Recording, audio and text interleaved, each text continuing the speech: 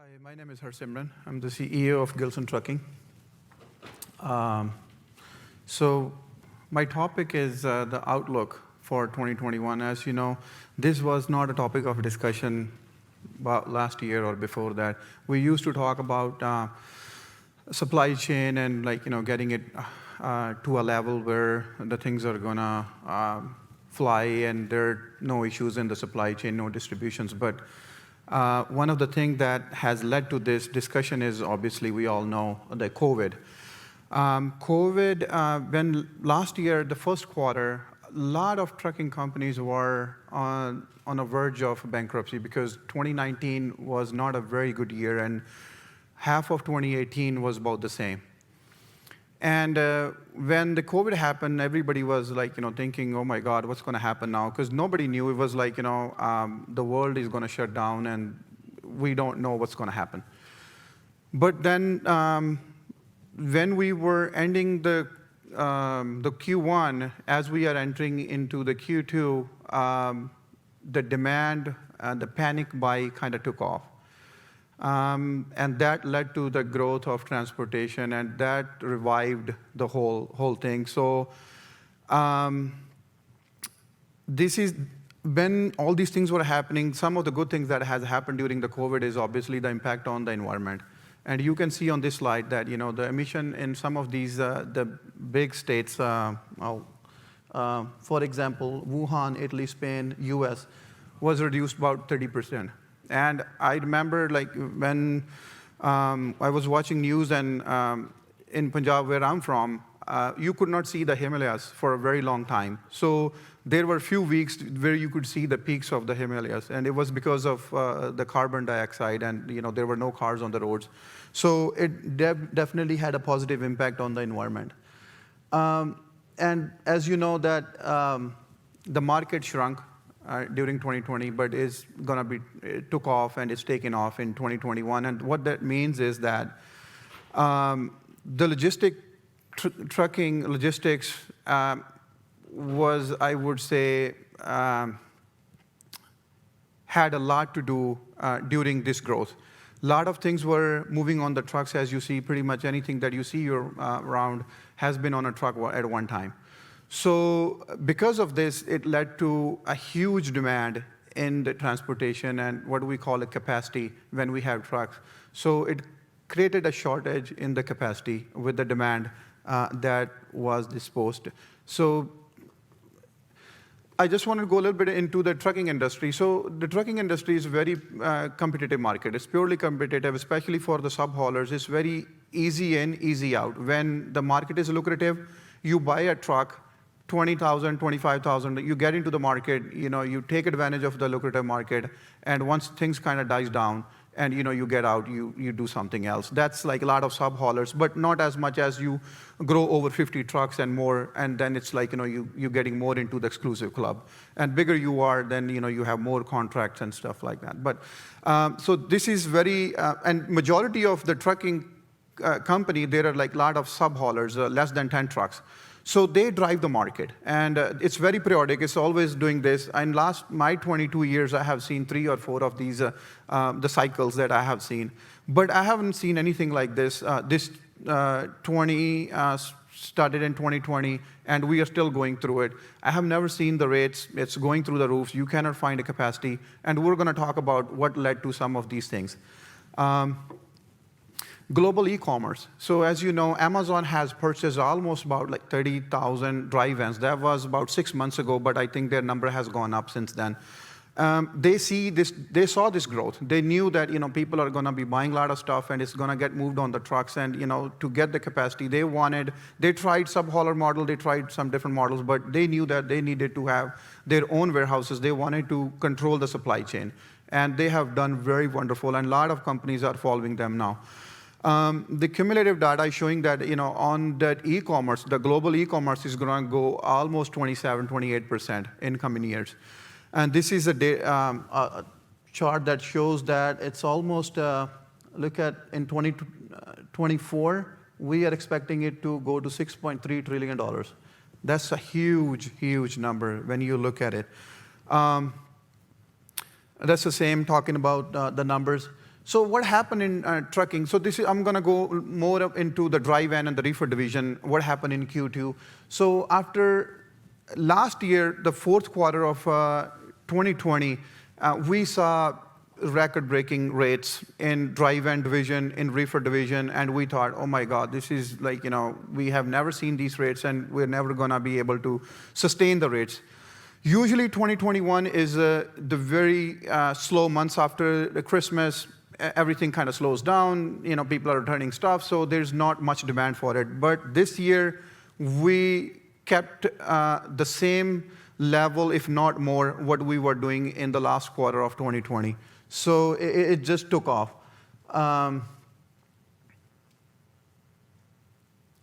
If you look at the Q1 of 2021 compared to Q1 of 2020, the rates were up about 43%. That's a huge for any big retailer, manufacturer. That's why we are having this discussion, because it was having a huge impact on their bottom line. And what we are seeing this year is not any different. It's because of the reason is the volatility. So there's a lot of variables that are unknowns. We don't know how the COVID is going to play out. We don't know when we're going to see the COVID rates being high in one state and when they're going to shut it down. So everybody who's into the retail, they wanted to have enough into their supply chains to make sure, if things happen, they are in well positioned to mitigate that risk. So year-over-year comparison, in transportation, the number has been thrown through the roof. And the reason is obviously there was a sharp spike in early April last year when we were buying all the toilet papers and all the things that you've seen that would come to Costco and it'll just fly off. So it was hard to keep up with that, and everything that were hard to keep up with was being delivered on a truck. So the rates kind of took off since then and has never slowed down. So these are the 6 factors that I think contributed to it. The second was resurging economies. Obviously, after the vaccination, people came out, they wanted to do things, they wanted to, and obviously the manufacturing and the money that government has given us to the businesses, that led to more manufacturing, and our relationship with the China kind of played a role. So there were a lot more manufacturing here. So the demand for over-the-road trucking was more than what it was in the past. And because of the COVID, the supply chains were broken, they were fragmented. So it has to come to a normality. The third one is the Suez Canal. We all know what happened there. So it was just like one thing after another, and then the Suez Canal happened. So there was almost 20,000 trailers equivalent to 20 foot. So they were all stuck in there for almost a week and a half, and delayed over 200 ships. There are still some trucks. I think it's one of the leading furniture. They have their truck still over there. They can't get that furniture off of because of the issues that they are having.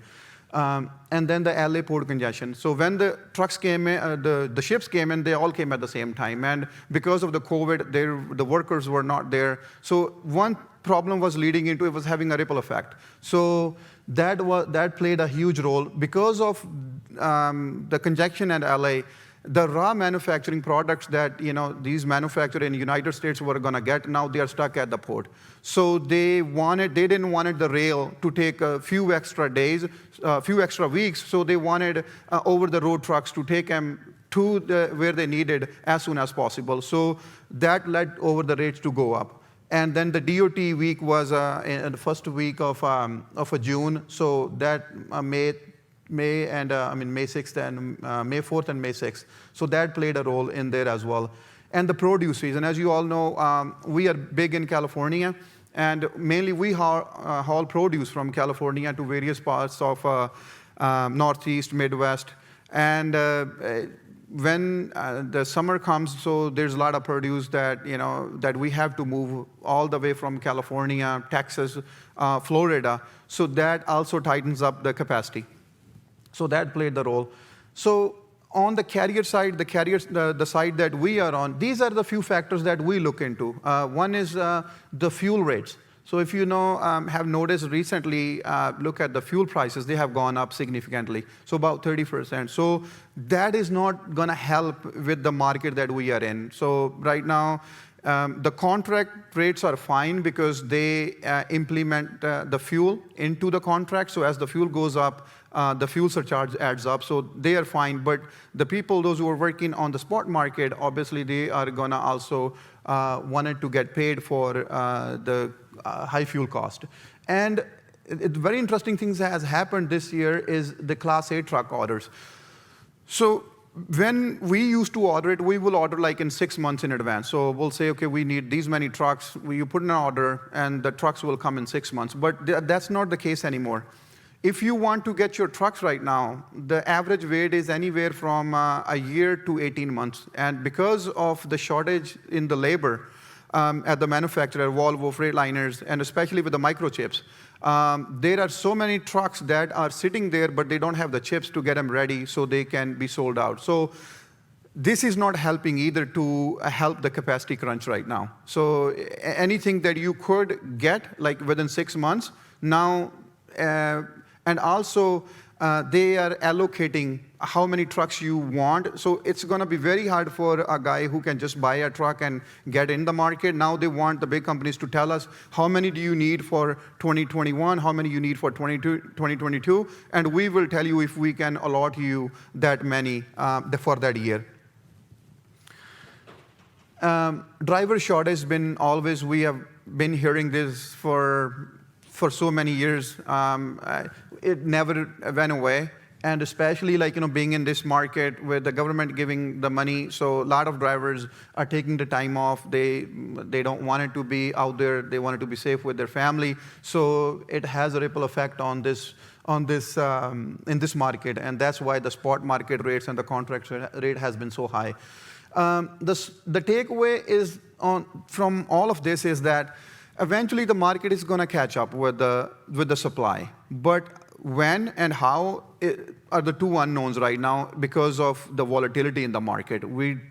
If the things kind of go smooth and we start to get the truck that are ordered and more people gets to drive it, yes, we can solve this problem sooner, but eventually we will catch up with it. But what it seems like from now, this year is going to be about the same. We still going to see some record rates like in the Q4, but I think like, in 2022, as sometime in summer, it will try to, the curve will start to flatten at that time. So it's going to hit some record numbers in the Q4 that we already know. That's why major retailers are already talking to the bigger companies. They want to put these contracts in place so they don't have to kind of look for the capacity when Christmas and holiday season is going to come. So if you go out right now and ask for the capacity, any trucking company is going to be very, very tough. But big retailers, they are using their power to make sure that they have capacity when they need it. So this is not the first time that we have seen it. We have seen few things like, in 2014, the polar vortex, and then hurricane season during 2018. So what happens if it's happening during the summer, the capacity is already tight, but now you need a lot more trucks. So obviously that's going to drive the spot rate quite a bit. And then during the ELD mandate, when they wanted everybody, some of the people, they didn't want it to implement the ELD, so they just kind of got out of the market and they took their time off. But eventually it slowed down and the market get back to the normality.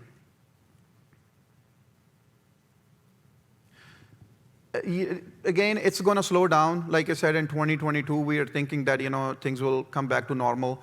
But for now, if there's any major event that happens, anything like weather-related, then obviously it's going to put a constraint on the supply of the trucks.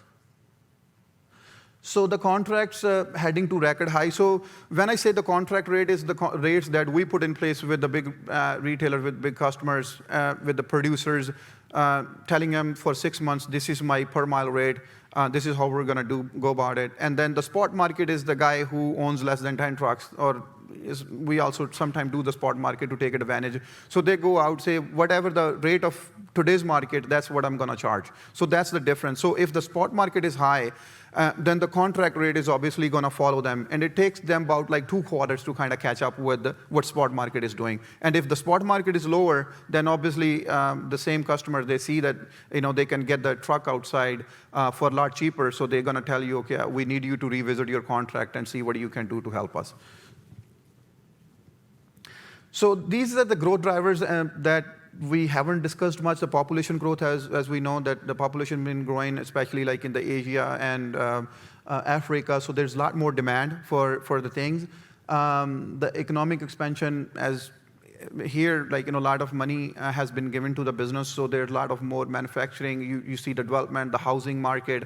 Everything that you see that needs to build those houses is going to come through the truck. So these are the drivers for the transportation industry that we see. I don't see the rail is gonna rail and intermodal. The container ships, the containers that you see going on the rail is gonna solve any problems anytime soon.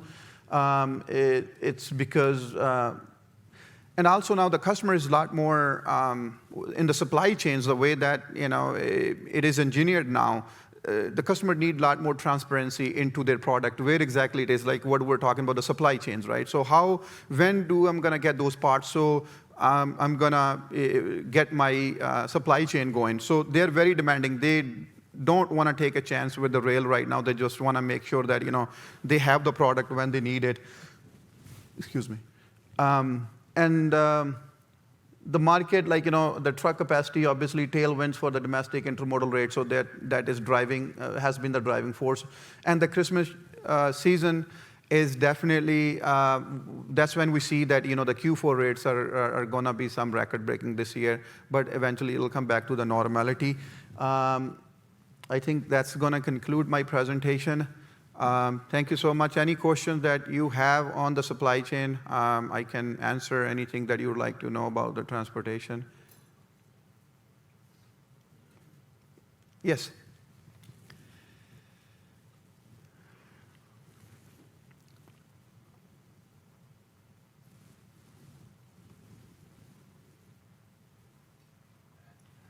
Presentation, by the way, sir. Thank you. If there was, do you think that if we mitigate or address the problem before it even becomes a supply chain problem with tier 1, tier 2 suppliers and so on and so forth, do you think if we address that issue from there, the supply chain, and then on, will you think we'll resolve it from that point? Or do you think that they'll continue to use the same technologies, the same Excel spreadsheets and this, that, and the fourth? Because I feel that that's where a lot of the problem is, right? Because we're doing like stuff an old way, but this also needs an upgrade. Do you think that's something to address? Yeah, I think that's a great question, and we were thinking about it. What I personally think is that we need to have a transparency in both sides. On the customer should be able to see what the carrier capacity is like, and the same goes for the carrier to see what kind of a capacity that they have, so they can communicate with the TMSs. So I don't think it's Excel work anymore. It has to be done using AI. And I don't think that there's anything that you cannot do in technology. So the way that I see is that there should be more two-way communication. Instead of me telling I need 10 trucks, or instead of them telling I need 20 trucks, and then I could be wrong based on my Excel sheet. Now the customer doesn't know. I think the systems has talked to, my TMS system should be able to get the information from their system and vice versa. So that's when I see exactly, and then you can give the tiers to however the priority is to the product. And that is something that can be worked out, if that's if I answered your question. Okay. Thank you. Any more questions? I kind of went through the presentation real quick. I know you guys have been here for a long time. time for a coffee. They have a question, for sure. You'd mentioned rail, and I guess I'm not that familiar. Is rail just unreliable, and trucks are more reliable, or why don't the retailers use it? So I'll give you a simple example. Let's say we have a shipment at Long Beach Port, and that shipment is not needed for another 3 weeks. We have that time frame. So we can take advantage of the rail. It's slow, but it'll get there. But now for the truck to come into play, I need that shipment this week, like in 4 days. So I would prefer, and Chicago is a very good hub because there are a lot of trains that kind of goes, but let's say it's more a remote area where there's no accessible trains. So you don't want to take a chance with the rail and then not get your product when you need it. Obviously, the both works fine. Intermodal is cheaper. That's cheaper because it's going to take long. They are going to move like 200 trailers at the same time. The truck is only going to take your trailer, and it's going to get delivered when you tell them, and you're going to pay the price. So that's the difference. Yeah. Anything? Well, thank you so much. It has been a great learning experience for us as well. We at Gillson, based in Stockton, California. Any needs that you have moving your freight, we are on LinkedIn, social media, teamgillson.com. We would love to be partnered up with you. And thank you. Let's all enjoy some coffee now. Thank you so much. Yeah.